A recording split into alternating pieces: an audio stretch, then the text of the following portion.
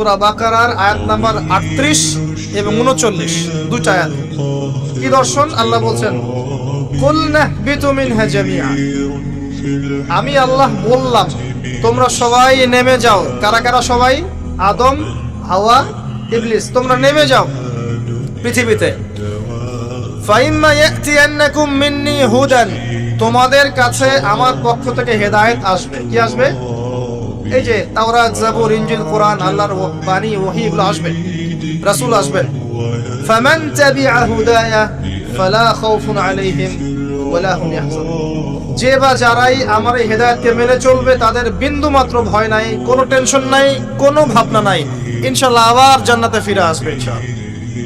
সুসংবাদ, ঠিক আছে? তারপরের আয়াত আল্লাহ পাক বলেন ওয়াল্লাযীনা কাফারু ওয়া কাযযাবু বিআয়াতিনা, কিন্তু যারা আমার আয়াতকে মিথ্যা প্রতিপন্ন করবে এবং অস্বীকার করবে, কুফরি করবে, ফাউলাইকা আসহাবুন নার, এরা হবে জাহান্নামের অধিবাসী। কার সাথে? ইবলিসের সাথে। হুম ফিহা খালিদুন, তারা সেখানে চিরস্থায়ী হবে। সহজ সরল জীবন দর্শন, দ্য ফিলোসফি অফ লাইফ। মানলেই শান্তি, না মানলেই অশান্তি।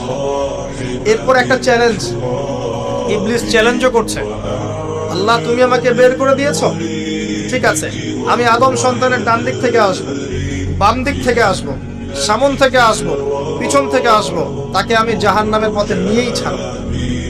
এটা মনে রাখেন মাথার মধ্যে, ইবলিসের চ্যালেঞ্জ। আর আল্লাহ পাকও সতর্ক করলেন ইন্নাহু লাকুম আদুউম মুবিন, সে তোমাদের স্পষ্ট শত্রু।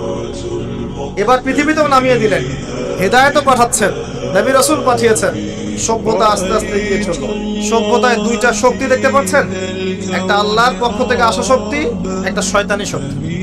এই দুজনই সভ্যতা এগিয়ে চলছে। আবারও বলছি, সভ্যতা শুরু হয়েছে নবী দ্বারা, রোমকদের দ্বারা নয়। সভ্যতা শুরু হয়েছে নবী দ্বারা।